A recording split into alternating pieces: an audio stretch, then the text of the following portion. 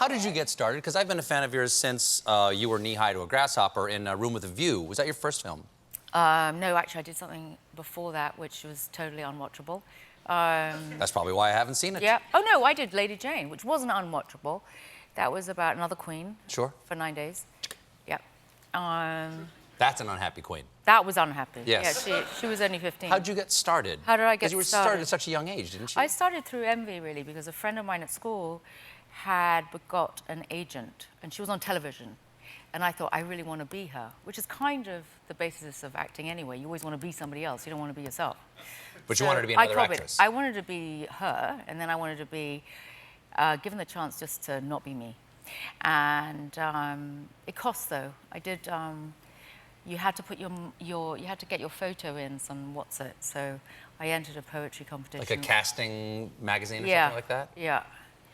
And I won a prize for a not very good poem, but it won me the money to put in. You wrote a poem and got cash for it? Yeah. Not many poets can say that. Yeah, it was the first and last poem I've ever written. I think that's it. You only wrote that one poem? Yeah, that's it. Do you remember it?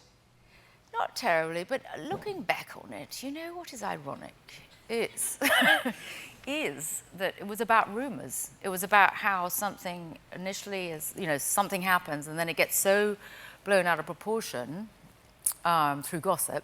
Yes. That at the end, you know, sort of it just ends up being a load of tissues of lies. So looking back, it's basically the press, you know, in a kind way. Are you still a poetry fan? I've never written anything else and don't plan to. Just one and done, and you won a contest with just... I know. You know how many poets out there right now are furious with you? No. I can understand, but I love reading other people's poems. Do you have a favorite? A favorite poet? A poet or a poem? I've got lots of favorites, but I never... there's one that I can summon immediately, if I think. Do you like poems? I do, yeah. Yeah, okay. Do you know one by Adrian Mitchell? I don't. Hit me. Okay. It's called Celia Celia. You don't know it? Celia Celia? Yeah. Maybe when you start it. Do you know what High Holborn is? What, hey? Okay, this is going to be a bit of a... High Holborn? Yeah. It won't make any sense unless you... High Holborn! No. Does anyone know where High Holborn? Where is High Holborn? High Holborn is a street. This is because it's mentioned... In London? In this very short poem. It's a street in London. That's all you need to know.